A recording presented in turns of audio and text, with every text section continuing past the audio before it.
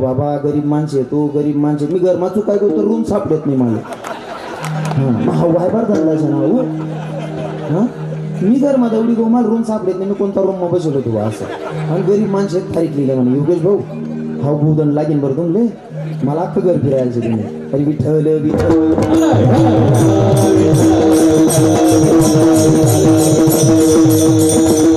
आणि जी sound system मी माझ्या प्रताप दादासाहेबांना परवाच्या दिवशीच कार्यक्रमात बोललो की दादासाहेब साऊंड सिस्टीम चांगली लावा त्यांनी मला विचारलं की कोणची लावायची मग ते म्हणे नंदू भाऊ आमचे मित्र आहेत म्हणतो चालेल हरकत नाही मग नंदू भाऊ बिजी आहेत म्हणे म्हणतो मग एकच पर्याय वर जडकी साऊंड सिस्टीम या साऊंड सिस्टीमवर माझी भागवत कथा होते या साऊंड सिस्टीमशिवाय मी कथा करत नाही अशी परिस्थिती आहे आणि माझ्या मनासारखं साऊंड भेटलं खरं तर माझा आवाज घसा 3 दिवसापासून 4 दिवसापासून खराब झालेला आहे तर मला आता हां उभारी गी बा तुम्हाला हासावर तुम्हाला बैठक मनीषने मला उभारी गी म्हणजे 2 तास अजिबात अडचण नाही तुम्हाला समजू की द्या म्हणे मना कसा खराब आहे असं कारण तुमच्यावर खेळ असतो बरं हो मी थोडं बोलल्याच्या नंतर तुमच्या चेहऱ्यावरची स्माईल मला खूप काही ताकद देऊन जाते बरोबर आहे की नाही तुम्हाला चेहरा हसरत खेळत राहणार मला आनंद वाटेल नाही तर काही काही ठिकाणी आम्ही कीर्तन करतो लोक असं बट्टस ते कीर्तन लिहिलं का मन दारवर लिहिलं ते मला समजत नाही मग काय बोलू आपले बी सुधरत नाही बुवा पण लोक बी चांगले शिकत हो आणि अजून विशेष सांगेल माझ्यावर विशेष प्रेम करणारे आमचे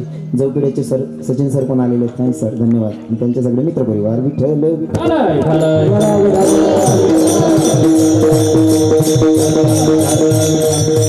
अभंग आहे तुकोबार यांचा कोण तुकोबार आहे ज्यांची 65 लाखाची जहागीर लोकांना दान करावी ती तुकोबार आहे आणि ती तुकोबार आहे रस्त्यानं चालत असताना 4 शांडली माणसं उभी होती त्या माणसांनी तुकोबारायांकडे बघावं आणि तुकोबारायांना बघून म्हणावं ए तू क्या कुणाकडे चाललाय रे तुकोबार म्हणतात बाप्पा जे लोक 65 लाखाच्या बोजाखाली दाबावले आहेत जोवर माझ्याकडे पैसा अडका होता तोवर तुकाराम शेठ म्हणणारी लोक आज मला तू क्या म्हणायला लागली देवा अरे काय प्रसंग आणून ठेवला दादा तुम्हाला सांगू का जोपर्यंत तुमच्याकडे पैसा अडकाय ना तोवर दूरचा नातेवाईकही म्हणते तो माझा लई जवळचा पैसा अडका नसल्यावर जवळचाही म्हणतो मी त्याला ओळखतही नाही ही टँडन्सी लोकांची मानसिक काय मत आहे तुमचं बरोबर आहे ना हो जोपर्यंत तुमच्याकडे पैसा अडका तोपर्यंत दूरचा नातेवाईकही म्हणते तो माझा लई जवळचा पैसा अडका नसल्यावर जवळचाही म्हणतो मी त्याला ओळखतही नाही हा तुम्ही नामरूपाला या समाजामध्ये तुमची वाह वाह होऊ द्या ज्यासले आपण ओळखत नाही त्या बी सांगता आम्हाला त्या जोडे ना सगळा शेत बरोबर आहे की नाही आमचा सगळा पाहून करता पोर मागो त्या सांगता नाही हो तुम्ही बोलता लहान ना आम्हाला परिचय नाही परका घरमा कसं काय दिली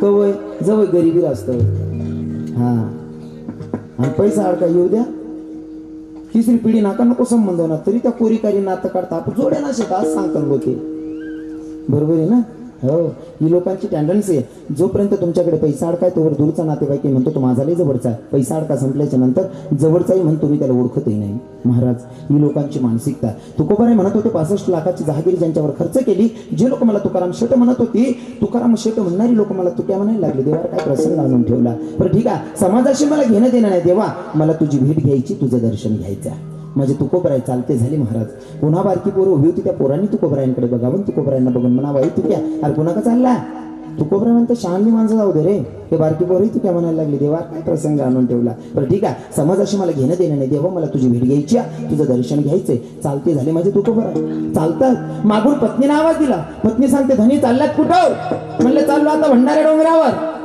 अव लेकरांना खायला काहीच नाही लेकरांना खायला काहीतरी आणा ना कुणाका चालला माझ्या तुकोबरांनी शेतीचा मार्ग धरावा ऊसाची पेंडी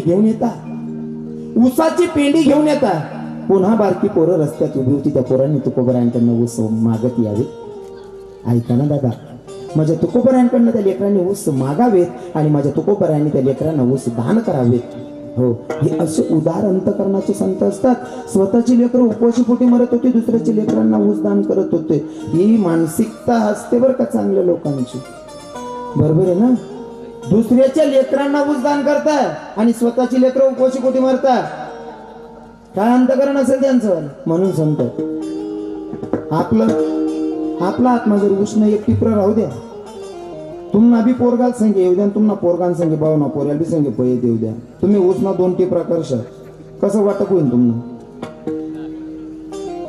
बांडीकडनं पाहू ना पोऱ्याले आणि जो गोड प्रकार आहे तो बरोबर पोऱ्याला दिसत तुम्ही बरोबर आहे ना हा आपला आणि संताचा विचारच नका मोठा फरक बरोबर आहे की नाही हो पण माझ्या तुकोबारायांनी दुसऱ्याच्या लेकरांना ऊस दान करत यावं पत्नीनं बघितलं घरातून बाई काय माणूस हा? स्वतःची पोरं उपवाशी पोटी मरायला लागली, दुसऱ्याच्या लेकरांना दान करतो. बाई या माणसाला काही संसाराची काळजीच नाही म्हणले. दादा ऐका ना, तुकोबरायांचं दुखावलेलं अंतकरणा ऊस घेऊन येता. पत्नीनं बघितलं घरातली पोरं उपवाशी पोटी मरताय स्वतःची आणि दुसऱ्याच्या लेकरांना ऊस दान करतो म्हणले माझा पती. रागारागात त्यांच्या पत्नीनं देवाला शिवी घालावी. ऐका, देवाला शिवी घालण्या एवढा अधिकार पण त्या मायचा होता बरं का. कोणी बी कोणले बी देवले काय देव नाही. हो, देवाला शिवी घातली त्या मायनं. देवाकडे बघितलं आणि देवाला सांगितलं मेल्या काळ्या सावड्या, अरे रणकी व तुझी पण माझ्या नवऱ्याला वेड करून ठेवलं ग भैया देवानं. काय म्हणली माय? मेल्या काळ्या सावड्या, अरे रणकी व तुझी फार माझ्या नवऱ्याला वेड करून ठेवलं ग भैया देवानं. हा, पण त्या मायचा अधिकार होता बरं का बहिणी. कोणी बी कोणले बी गाया देऊ नये सोनराजवर मायवर. बाकीने बाया बी देवले गाया देतीस पण त्या न्याय नाही, हिशोब नाही, टिशोब नाही, काही लेनदेन नाही. भर पाऊस आम्हा मिरच्या सुकाडायला टाक देतो. देवनीशी धडा चालू करत का मग देव सांग देव काय चगना हो आता चगना देव का आपण त्यांना शेजांना मिरच्या तुम्ही सुकाळशा तरी देवचं गेले. हा न्याय शे का आपला? आपलं काहीच खरं नाही. आपला काय देवा मग काही तथ्य बी नाही. बरोबर आहे की नाही? पण तुकोबरायांच्या पत्नीनं देवाला शिवी घालावी त्या मायचा तेवढा अधिकार आहे. ऐका ना दादा, प्रत्येक माणसाला एक मन असतं, अपेक्षा असते की मलाही लोकांनी समजून घ्यावं. किती उदार अंतकरण असलं तरी एक मन म्हणतं नाही का मलाही समजून घेणारं कोणीतरी भेटलं पाहिजे. दादा ऐका ना, दुखावलेलं अंतकरणा बाहेर लोक जे तुकाराम शेठ म्हणणारी लोक तू क्या म्हणायला लागली देवा. जे लोक शेठ म्हणत होते ते तू क्या म्हणायला लागले. माझी स्वतःची पत्नी माझ्या जगाच्या मालकाला शिवी घालत्या. अंतकरण दुखावलं. मी तुम्हाला विचारतो बसलेल्या श्रोत्यांना, तुकोबरायांचं देवाशी काय नातं होतं? एका अभंगामध्ये तुकोबराय वर्णन करत असताना सांगतात, कृष्ण माझी माता, कृष्ण माझा पिता, बहीण बंधू चुलता कृष्ण माझा. बरोबर आहे ना? कृष्ण माझे गुरु, कृष्ण माझे तारू, उतरील पहिलं पारू भव नदीचा. पुढे जाऊन महाराज म्हणतात, कृष्ण माझे मन, कृष्ण माझे जन. इतकी सगळी नाती देवाशी आहेत का? आणि त्या देवाला स्वतःची पत्नी शिवी घालते. कसं वाटलं असेल तुकोबरायांना? हा, कसं वाटलं असं? मी तुम्हाला विचारतो. तुमच्याकडे तुमचा मित्र यावा, तुमचा सखा यावा आणि तुम्ही पत्नीला सांगावे 2 कप चाटू. बायको सांगत असेल आपलं जमणार नाही, तुम्ही काय करसान? सर्वांना लगीन जायचेत ना. तुम्ही असा ब्रह्मचारी सारखा देखील ना, तुम्ही लगीनच समजत नाही वा. हा हा, समजी राही ना तुमले. मी सोपी भाषा मग बोल राही आयरा नाही समजायचं तुमले. मला पहिलेच सांगेल श्यामा प्रताप दादाशी म्हणे महाराज जेवढं बोलतोय तेवढं आयरा नाही मग बोला म्हणे. हा, आणि खरं सांगू का म्हणा राणीवर जाऊ नका. मी ती कालताच अधिकच पण प्युअर गावठीशी. क्योंकि भैया मला माझ्या मातृभाषेचा स्वाभिमानही आहे आणि त्याच्यासोबत अभिमानही आहे. तुम्ही जर म्हणलात महाराज गुजरातीमध्ये कीर्तन करा मी गुजरातीमध्ये करसू. तुम्ही सांगा प्युअर आदिवासी मग कीर्तन करा आदिवासी मध्ये करसू. हा, तुम्ही म्हणसान हिंदीमध्ये करा हिंदीमध्येही करतो, ब्रज भाषेत करा ब्रज भाषेत करतो. पण मला माझ्या मातृभाषेचा स्वाभिमान आहे. हो बरोबर आहे की नाही? हो, स्वाभिमान ठेवायचा महाराज. आपली भाषा हो आता लुप्त होते म्हणजे कमी व्हायला लागली आपली भाषा आणि ती जागे राहायला पाहिजे. त्यांसाठी मेहनतची बाकी दुसरं काय नाही. हो, मला गावरान म्हणा गावठी म्हणा चालेल पण मी मन भाषा बोलाशिवाय सोडावंच नाही. आता प्रत्येक जण प्रत्येक पोरेस नाही नाही का शाळामध्ये जावं लागणार दाखल पण पाहिजे मराठी. मग आपला खानदेशी मराठीही शिकवा पण त्याच्यासोबत आयराणी बी पक्की राहू द्या. बरोबर आहे ना? नाही तर घरमा नवरा बायको आयराणी मग बोलतो पोरे त्याच विचारतं काय झालं पप्पा मम्मी काय म्हणत होती काय म्हणत होती खिचडी म्हणत होती काय म्हणत होती. तुला आयराणी पोटे जन्म तुला खानदेशी पोटे गेल तू आयराणी जमत नाही. शिकाडा रे काका हो आपली भाषा लुप्त विसरेल रे. विठ्ठल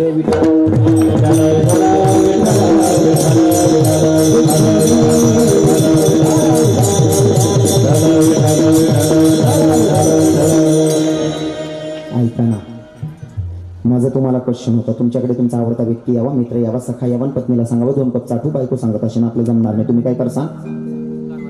तरी बी नाही. हा काय 2 कान मग कोण सांगाल? हा, जर त्याने वय 45 ना पुढे होईल तर दगी जाईन बा. म्हणजे 45-50 मी पुढे नसणं. जर कधी मारामारी होईल तरी बायका सोडी जायत नाही बरं का. आता आपला लगीन ना टाइमलेस जर देखाल गौत ना आपला शब्दाना बी तोल घ्या ना. पप्पा त्याला बोलायची अक्कल नाही नाही म्हणून द्या. मारामारीना विषय विषय बरोबर आहे की त्याला बोलायची अक्कल नाही आज सांगते. आप सांगू का बापने जर तुमले 2-4 एकर वावर नावर कर दे ना बापने कोणी स्तुती करत नाही. पण पोरणा बाप वावर कितलं शे कितलं कमावस देवान पहिले विचारत बरं तुम्ही पगार. हां तुमचा विषय सांगतो. ते बोलले बरोबर रागा रागात बाईच्या कानाखाली वाजवे. पण ते फक्त 45-50 पुढे ना लोकेशन दखील आते ना पोरेश नाही. ते सांगायला नाही भाऊ मारामारी लगून विषय आते ना पोरेश ना विषयच नाही. त्या पहिला म्हातारासनं दकी घे त्यासनं इथलं दकी घे त्यासनं टाइमले पोरी जास्त पोरे कमी होतात. स्वतः दादा साहेब कुठं बसले. अच्छा शेवटला कोपऱ्याला जाई बसणार. मग संवाद साधायला पाहिजे होता. हां ते पहिल्या म्हातारासनं कसं होतं तो पोरी जास्त पोरे कमी होतात. मग तो एक म्हातारा 2-2 बायका करे त्यासनं दकी घे भाऊ. हा ते आपण 35 ना होई चाललो आपल्या अजून एक बी बेटी राहिली नाही. मारामारीला विषय तो होईल. हा गो सांगू का पहिल्या बाया 2 कानमा काहीशी सुद्धा संसार करेत बरोबर आहे ना माया. हो एवढा तराट बोलू नका. एवढा तराडा होता पहिल्या बाईशले माणसच ना. मना मालक वावरमा जायचे किंवा ड्युटीवर जायचे काम करीश नेऊ ना म्हणजे येवान पहिले स्वयंपाक तयार पाहिजे. येवाना पहिले स्वयंपाक तयार आणि जेवण होताच म्हणा मालकले झोपाला खाट गादी टाकेल पाहिजे. एवढा तराडा होता बरोबर आहे की नाही. पहिल्या म्हातारीशले नवराना एवढा दाखवता म्हणा मालक येईल त्यानं पहिले जेवण तयार पाहिजे. जेवण होई ना म्हणजे झोपाला लगेच खाट गादी तयार. एवढा तराडा पहिल्या बाईशले होता. हा ते मनबईन हारतालिकाना उपास धरलेस नाही. अहो गरमा पोरेशले झोका देश नाही ती मायच्या अपेत थोडं हा ते सांगा नाही भाऊ मारामारीनं अजिबात नाही. हो पहिल्या म्हाताऱ्या 2-2 का खायली आहेत. आतेने पुरी ना तुम्ही नुसतं उभी करा ना जरा सभी जर कधी बोलामा बी तोल घ्या ना तरी आतेने पुरी सांगते वाजा नको वाजू रे बॅग पारेले काढतून खिचडी लय मन बोकन चालू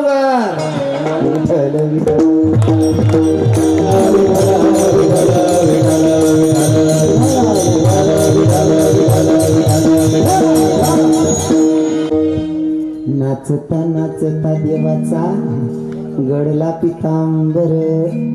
हो जगाच्या मालकानं नाचावं. नामदेवरायाच्या कीर्तनात किती नाचावं. नाचता नाचता देवाचा त्याला भान नाही. माझं धोतर सुटलं पितांबर सुटला इतका नाचत होता बरोबर आहे की नाही. बेभान होऊन नाचत होता. मग बेभान होईशी नाचता अशा पावट्या की असं करी का बेभान कोणले म्हणतो असं म्हणतो कोणले म्हणतो बेभान होईशी नाचणं कोणले म्हणतो. बेभान होऊन नाचणं कोणाला म्हणतात त्याला कळत नाही काय करावं नाही का. आणि मी थोडा नाचत राहस बाकी ना 150 ना किडा पाडतस. मग कीर्तन इथलं नाचो का मग या संतस ना प्रमाणे खोटा शकता. पण त्या नालायकच सजत नाही त्याच किडा पाडतात. मी नेहमी उदाहरण देत असताना सांगतो. महिला माता बसायचे बहिणी म्हण जी बाईले पुरणनी पोळी बनवता येस ती आवर्जून पावणार रोकच बरोबर आहे ना. हा जी बाईले पुरणनी पोळी बनवता येस ती आवर्जून ननंदले किंवा येणाऱ्या पाहुणीले सांगत ताई राहायचा सकाळी जाय टाक दिसू बरोबर आहे ना. जी बहिणीले येस पुरणपोळी ती सांगत राहायचा दाय टाक दिसू. जी बहिणीले येत नाही तीन गुपचूप खायला पाहिजे ना. बाकी नाही इथल्या 150 राहतीस नाही बहीण आपल्या आवडत नाही ते. ओ काकू तुला आवडत नाही तुला येतच नाही ते आवडत नाही कसं आलं. काय विकास मोठा की ना 5 गावाचाच माय बरोबर आहे की नाही. तसं या नाला कसं येत नाही त्या मन नाव ना किडा पाडतोस. हा मला सांगा हरिपाठात नाचतो का नाही चेतन बाबा नाचतो ना. हरिपाठात नाचतो. हरिपाठाच्या नंतर फुगडी घेतात तुम्ही पखवाजवर नाचवतात ना तुम्ही बी ते नाचतच ना. फक्त फरक इथला शे एखादी मायना उडीदना लाडू फुटत नाही असा कडक बनस. एखादी मायना तोंड टाकताच पाणी बन जा. लाडू ते उडीत नाचतस किंवा मेथी नाचतस बरोबर आहे ना. मग ते बनवणारे जसं येस तसं तो करत. मला जसं नाचतायस तसं मी नाचत पण नीच लोक किडाच पाडतात.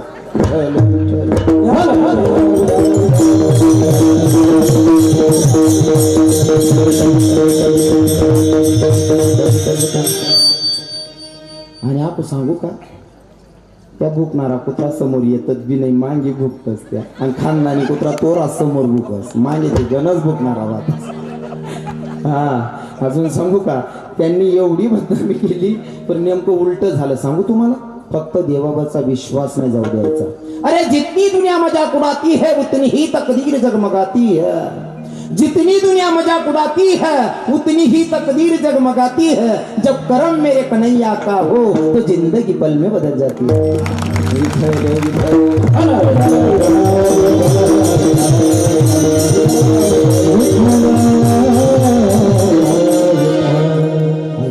आणि बदनामी करायला काहीतरी सापडायला पाहिजे. मना दाखल पण पाहिजे. आत्तेपर्यंत बरं चरित्र वाची टाकन त्या नालायक असून त्यासाठी एक बिगुणा सापडणार नाही. फक्त एकच सापडी अव नाचस अव आसारास अव नाचस अव आसारास.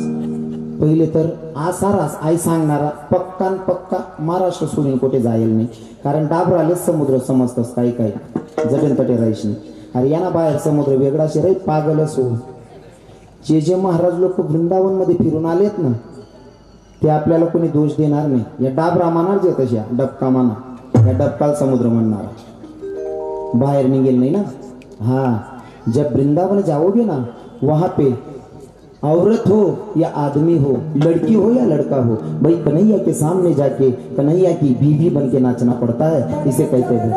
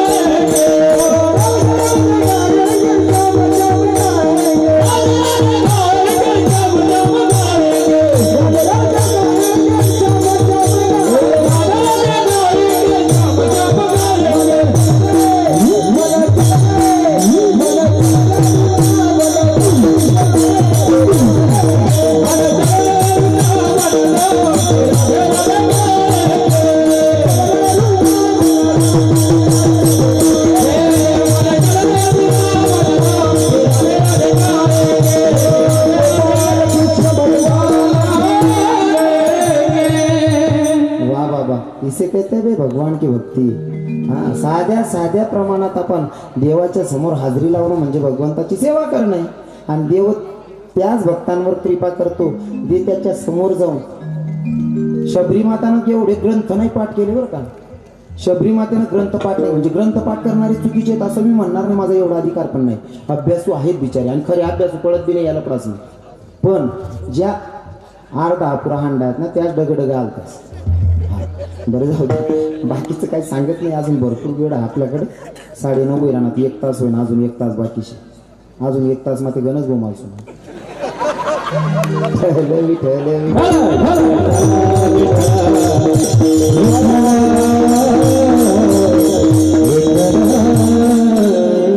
ऐका तुकोबारायांनी देवाचं दर्शन घेतलं आणि दर्शन घेण्याचा आनंद एक पंजाबी भक्त वर्णन करतो देवाच्या रूपाचं. कारण देवाचं रूप काय सोपं होतं का, साधं होतं का? नाही दादा. माझे तुकोबाराय पण एका ठिकाणी म्हणतात ऐ गोड तुझे रूप गोड तुझे नाम गोड तुझे रूप गोड तुझे नाम देई माझं प्रेम पांडुरंग देई माझं प्रेम सर्व काळ गोड तुझे रूप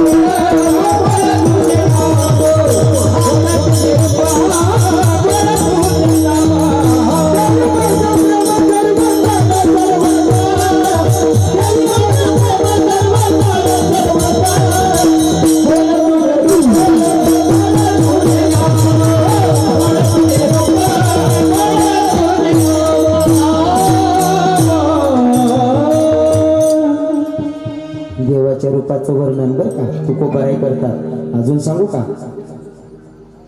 पंजाबी भक्त सांगत होतो एका भक्तानं देवाचं रूप बघितलं. तुम्ही म्हणसाल पंजाबी पण भक्त होते का देवाचे? हो सर्व जातीचे सर्व धर्माचे भक्त होते देवाचे. हा तिथं वारकरी संप्रदायाच्या गोष्टींना मान्यता देत नाही पण मला ते प्रमाण सांगितल्याशिवाय धकत नाही कारण मी कथा करतो. हो भैया एका पंजाबी भक्तानं देवाचं वर्णन रूपाचं केलेलं आहे. पहिला प्रश्न हा मनातून काढतो देवाच्या सगळ्या जाती धर्माचे भक्त होते. तिथेही नाथबाबांनी आपल्या मनातून शंका काढलेली किती धर्माचे किती जातीचे भक्त होते. ऐका अरे अरे मराठी कानडिया, अरे मराठी कानडिया, एक मुसलमानी न कोकणी गुजरली, मराठी कानडिया, मराठी कानडिया, एक मुसलमानी न कोकणी गुजरली, अशा पाठी बरी प्रपंच मराठी कानडिया, मराठी कानडिया, एक मुसलमानी न कोकणी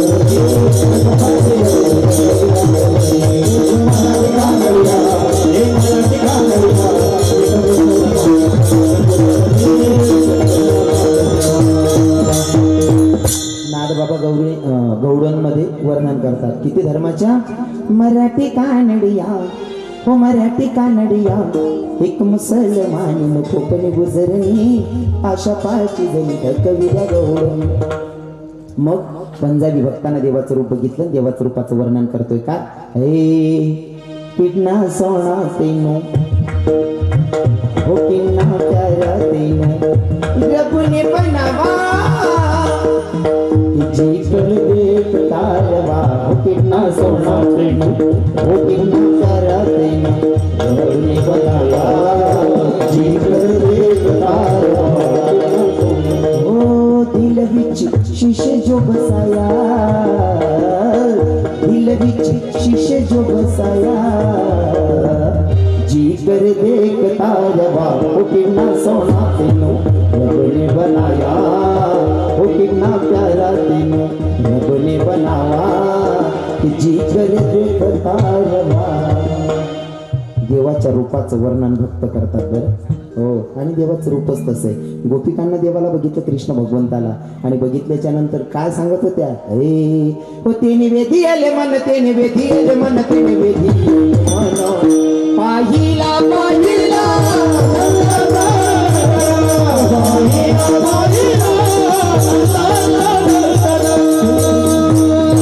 मला म्हणतो रविकिरण महाराज. म्हणलं काय बायको लिकत कट करते राव. म्हणलं एक काम कर दादा. आणि काय, अरे तुम्हाला घाण सवय. म्हणे कसं. अरे बाईनं चहा दिला तर म्हणायचं वा आज चहा काय भारी बनवली. ती माऊली बी बरं वाटत. ज्यांसाठी आपण चहा बनावा त्या मनात चहा आवड नाही बा.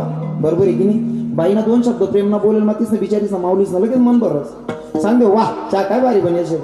जेवण दे ना का सांगू ना वा आज जेवण बोलतो टेस्टी जेवू. बरोबर आहे की नाही. समाधान वाटत पाहिजे. आणि आपले घाण सवयीचे जी माऊली पाहिजे 5 वाजे पहिले उठस, 8 वाजेला उठून स्वयंपाक करस, 3-4 तास थकस, आणि आपण आयता खावाल बटतस. आज पण भाजी तिखट लाग राहिली कंबर मला लागताच का. म्हणजे 3 तासने मेहनत होती का पाणी.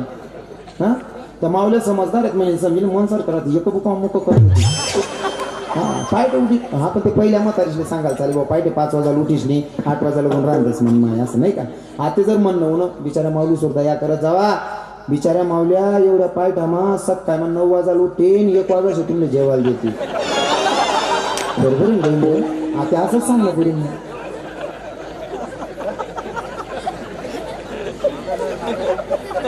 जनच परिवर्तन जायचं आपलं. जनच सोपं नाही शेते. आता ते परिवर्तन जर सांगायचं मला अभंग राहायचं ना. आणि मला अशी सवय ना मला जो रस्ता सापडी घ्या त्या रस्ता तरी निघ जायचं आहे का. तसा रस्ता चुका माव माणूस एक तास जाय ना वाट देखील राहणं म्हणून दुसरा रस्ता तरी गाव मागू शिकू. या बायपासले वाट देखील राहणं म्हणजे खरं असं शिक मला रस्ता सुधारतात मी. आता बी विषय जरा सापडी घ्या ना तर निघ जासून अभंग राहायचं. कारण तुम्हाला परिवर्तन इतकं बी जायचं समाज ना इतकं परिवर्तन जायचे हिशोब ना बाहेर. आता ते का 40 ना पुढे ना ज्या दादा येतस त्यासले मी विचारस वार्षिक परीक्षा देवान टाईमले मनमा पेपर चांगला जावायला पाहिजे. हाय राय एका शेवटला पेपर पटकर सरांना पाहिजे मामानगाव जाण्याची आहे सर. 40 ने पुढला सांगा काय मात्र आहे पटकन पेपर सर्व मामानगाव जाण्याशी. बरोबर आहे की नाही. हा ते पेपर चांगला जावं पाहिजे हाय ते शेष डोकामा. पण पेपरे वयलवर बी जर मायबाप सांगतो ते बाळू हे बेटा मामाकडे जातो का. नाही म्हणले मी नाही जात. का पण नाही जात. पहिले मामांकडे जावं आणि ओढीतलांसाठी राहे. पहिले माम्या बी दिलदार होत्या. बाचा उन्हा म्हणजे देव उन्हा भो. बाचालच्या देवाशिवाय मामीच्या हाती येणे. बाचाल जेवणाशिवाय मामी जेवण करेने तवच ना माम्या असं होतं. आते बाचा जर किचन रूम मागे आणि मामी थोडं लेट जरी चहा मागे ना मामी चहा लगेच थोडं मागशी गिडगिरी मागशी. मग त्याला असं वाटत आपलं आपलं घरच बरं शिकू काय तरी जाईल दांगडो घालला. बरोबर आहे की गणत परिवर्तन होई जायचे कोणतं कोणतं सांगू तुम्ही परिवर्तन सांगा तरी एक कीर्तन होई जाई आपलं तिथलं परिवर्तन सांगू का तुम्ही पहिले लोके गणशिव सांगासारखं पहिले लोके ना गरीब होतात पण माणुसकी होती बरोबर आहे की नाही इन्सानियत होती तवय हो बटा चुलत भाऊ काका डिकरा बटा एक वट्टावरी बसे हा ते एक वट्टावर बसतं पण त्यांना मोबाईल मारतच कोणीच कोणकडे देखत नाही पहिले घरमा जरी एक माणूस आजारी पडे ना बट आजूबाजूला झोपेल राहत एक माणूस आजारी पडे जो लगी लुटे तो ताप चेक करली भाऊ ना काम गरम घेऊ बरोबर आहे की नाही हा ते इथला बद रूम घेत बाजून रूम मध्ये मरी घ्या तरी बाजू मग पोऱ्याला माहित नाही मन बाप मरी घ्या बिकट परिस्थिती हा ते हो गणक परिवर्तन होई जायचे आगो सांगू हा नाही सांगतो ना ते सांगा ना देस नाही सांगच नाही तिथला परिवर्तन होई जायचे सांगू तुम्ही पहिले लोक गरीब होतात मामाना गावले जावाना राव का कोणता बी गावले आता दिवाळीना चिवडा बनायचा चिवडा तो चिवडा लोकेशले जेमतेम भेटाय खावाले चिवडा असा बने ना तो चिवडा असा बने त्यामुळे टाकाले काही वस्तू का राहत नाही तो इथला साधा चिवडा राहे तकदीरवालाले चिवडा मग शेंगदाणा सापडी जाय खरंय की नाही आता 50 प्रकारना चिवडा मिक्स राहतं तरी पोरे टाकल्यासारखायचे तर मग मी हे नको मग मला डेअरी मिल्क पाहिजे घ्या ना चिवडाना स्वादच घ्या आगो सांगू का पहिले लोके कितला माणूस केव्हाला होता पहिले लोके अशिक्षित म्हणत शिक्षण कमी होतं मनीषने अशिक्षित म्हणत सोपं करीन सांगत थोडं ऐकायला जड जाईल अशिक्षित होतात पण ते आपल्यापेक्षा सुद्धा चत्रा होतात कसा जर का नाकमागा आणून मी त्या शेकडे फेकी देत मान्य ना तुमले गाडीसनी फेकी देत हात धुईले आते रुमाल मा शिकलेले तर किसा मला गणच शिकी घ्या तो लोके गणात परिवर्तन जायचे काय सांगू तुमले बाप रे बाप मी जर बाहेरचे हो आपण सोपं करी सांगस ना पहिले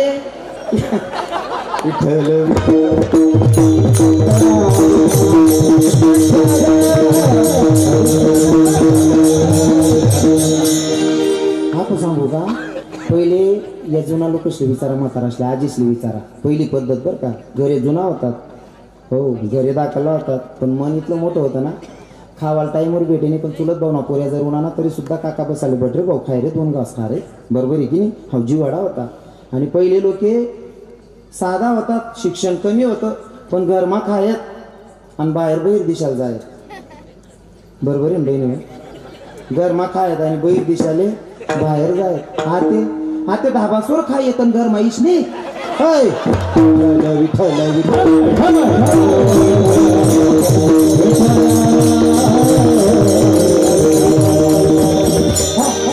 धनस परिवर्तनवर एक कीर्तन करत असतो आपण पण जाऊ दे देवाचं रूप बघितलं तुकोबारायांनी देवाला बघितलं आणि बघितल्याच्या नंतर तुकोबारायांच्या डोळ्यातून अश्रू वाहत होते दादा ऐका ना तुकोबारायांच्या डोळ्यात अश्रू होते 4 पाऊल पुढे सरकत होते फिरून मागे पाहत होते 4 पाऊल पुढे सरकत होते फिरून मागे पाहत होते ना राहता देवानं केलेला क्वेश्चन तुकोबाराय तू 4 पाऊल पुढे सरकताय फिरून मागे पाहता नेमकं चाललंय काय तुम्ही 4 पाऊल पुढे सरकताय फिरून मागे पाहताय नेमकं काय चाललं तुकोबारा म्हणतात देवा काय चाललंय सांगू का रे एखादी मुलगी माहेर म्हणून सासरी जाते ना त्या सासरी जाणाऱ्या पोरीला जसं माहेर जोडी वाटत नाही ना अगदी माझी गत्या पोरी सारखी तर कोणासारखी सांगितली कन्या सासऱ्या शिजाये मागे परतोनी बाहे तुकोबरायांच्या डोळ्यात अश्रू होते देवानं सांगितलं तुकोबराय तुमच्या डोळ्यात अश्रू आहे 4 पाऊल पुढे सरकताय फिरून मागं पाहताय नेमकं चाललंय काय तर तुकोबराय सांगतात एखादी मुलगी माहेर म्हणून सासरी जाते ना देवा त्या सासरी जाणाऱ्या पोरीला विचार रे तिला माहेर सोडू वाटतं का बहिणी हो तुम्हाला वाटतं का माहेर सोड अजिबात नाही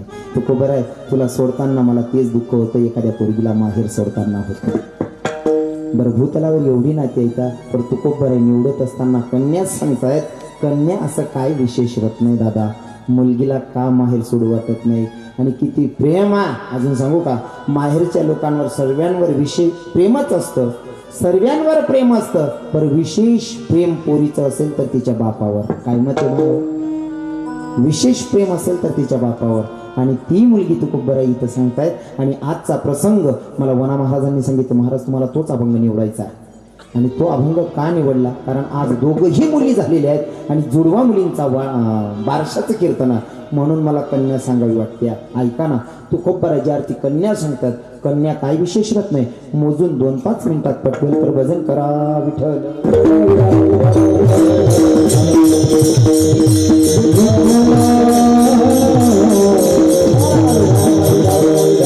ऐका, मुलगी काय विशेष राहत नाही. काही किरकोळ कारणावरनं नवऱ्या बायकोची भांडण होऊ द्या. भांडण झाल्याच्या नंतर बाई विचार करते, बाई ग, आता जर का मी माझ्या नवऱ्याला जेवायला सांगितलं तर माझ्या 33 पिढीचा उद्धार होईल. त्याच्यापेक्षा ना असं करते, पोराला सांगते, बाळा जाय रे, तुझ्या बापानं सकाळपासून जेवण नाही काय केलं, जाण त्या बापाला जेवायला सांग ना. मुलगा जातो, पप्पा जेवण करा बरं. तो बाप म्हणतो, मला नाही काय जेवायचं. मुलगा लगेच माघारी फिरतो, मन माणूस खाशीत काय आपला बापनं काय जायला नाही. बरोबर आहे ना? आता तेच काम पोरीला सांगा, बेटा तुझ्या बापानं सकाळपासून जेवण नाही काय केलं, जाण त्या बापाला जेवायला सांग ना.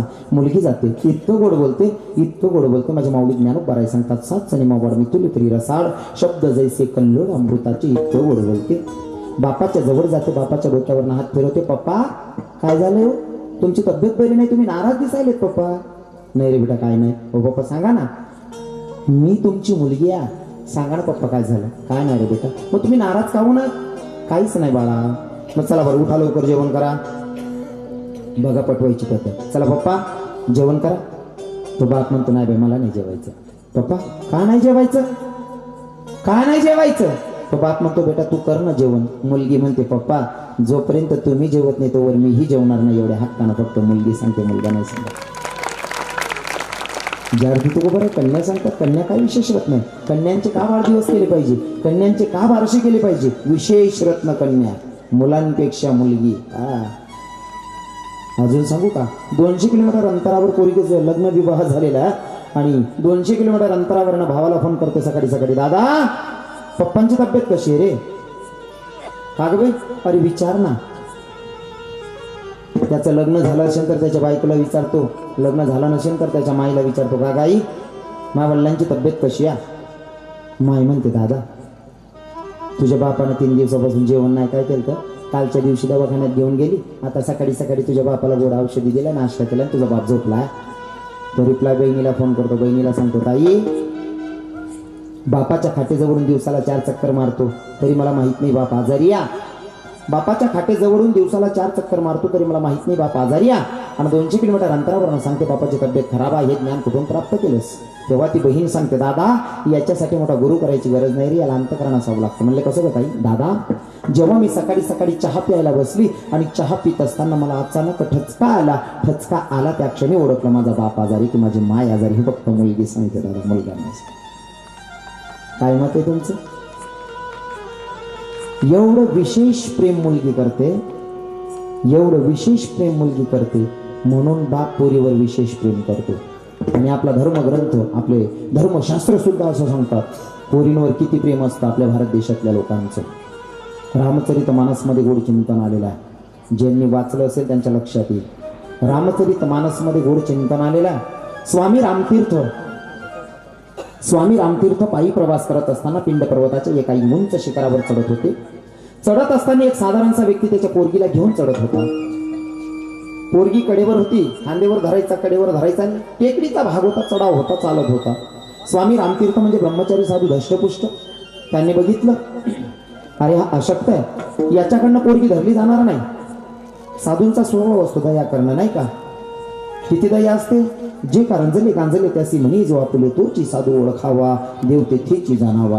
हो, साधू महात्म्यानं आवाज दिला. स्वामी रामतीर्थनं ते साधारणच्या व्यक्तीला त्याच्या पोरगीला घेऊन चढत होता त्याला, ए भैया, ए भाईजी जरा रुक जा, ए भैया रुक जा, ए जो लड़की तेरे कंधे पर बैठी है ये मेरे कंधे पर दे दे, जब तक कि तेरी थकान दूर हो जाएगी लड़की तुम्हारे कंधे पर दे दूंगा.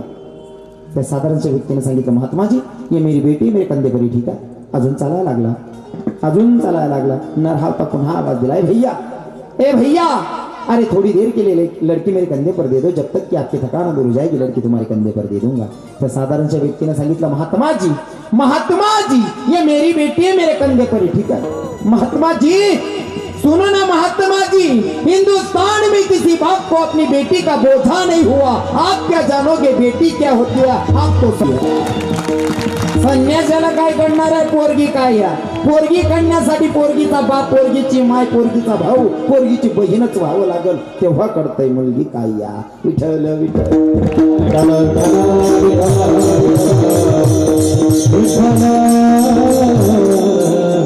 दादा ऐका ना, जर मुलगी एवढं विशेष रत्न आहे, आपले धर्मग्रंथ असं सांगत असतील, तर मग तरी पोरींचा गर्भपात का झाला?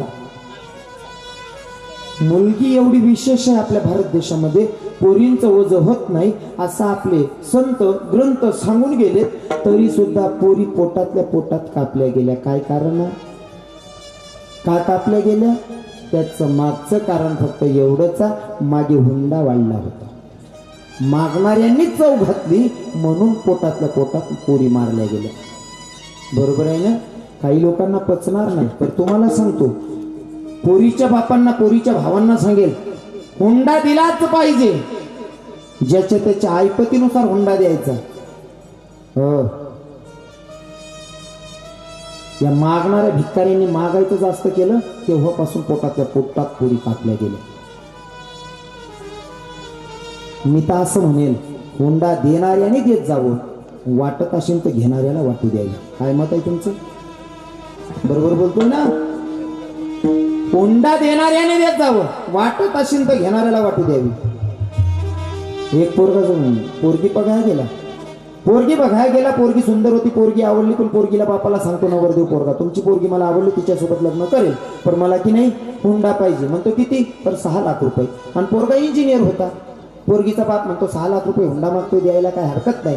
म्हणले ठीक आहे देतो, पण नवरदेव पोरगा म्हणतो 6 लाख रुपये हुंडा घेतो आणि लग्न माझ्या पद्धतीनं काढतो। म्हणजे कसं, वर घोड्यामध्ये एकटा नवरदेव नाही फिरत, तर नवरी पोरगीलाही फिरवायचं। काय सांगितलं? वर घोड्यामध्ये एकटा नवरदेव नाही फिरत, नवरी पोरगीलाही फिरवायचं। मग या भाऊनं मस्त बकई वगैरे तयारी केली, एकीकडनं पोरगी बसली, एकीकडनं नवरदेव पोरगा बसला। हो, आणि ते बँड वाजवायला वाजवायला सुरुवात केली बा। बँड वाजा चालू आहे घ्या, नवरदेव नवरी दोन्ही त्या बकईमा बसेल होतात, या जोरमा नाचायला लागत, हाव नवरदेव फॉर्म माही घ्या, हाव नवरी पोरले सांगा दे बा पट्ट्याने कशी कमायची पाय ना, तिथला पोरे नाची राह ना। आणि एखादा राहताच तसा डांबऱ्या, बरोबर आहे की नाही? हो, इथला डांबरा राहतस ना, बाकी ना हिशोब ना बाहेर देख ना, पाय तर घरी तिथला पोरे नाची राह ना, देखता घरी पठ्ठ्यानं कशी कमावली या। पोर म्हणे हा ना बाई खरंच ना, हा ना माय खरंच ना। पोरगी हुशार होती म्हणे, हाव काय आवराव नाही म्हणे, याला अटकाव दे जरा म्हणे। धनी म्हणे काय तुम्हाला मायनी गळानी शपथ, खरं खरं सांगा एवढा पोरे कसं काय नाची राहणार म्हणे। तो म्हणे तू आता शपथ झाली, सांगणंच तरी सांगावंच लागेल। काय नाही म्हणे सोपं ते म्हणे, कसं काय नाही म्हणे, कोणले 20 नाही, कोणले 50 नाही, कोणले 100 नाही, पाहिजे का कुठंच म्हणे, त्याला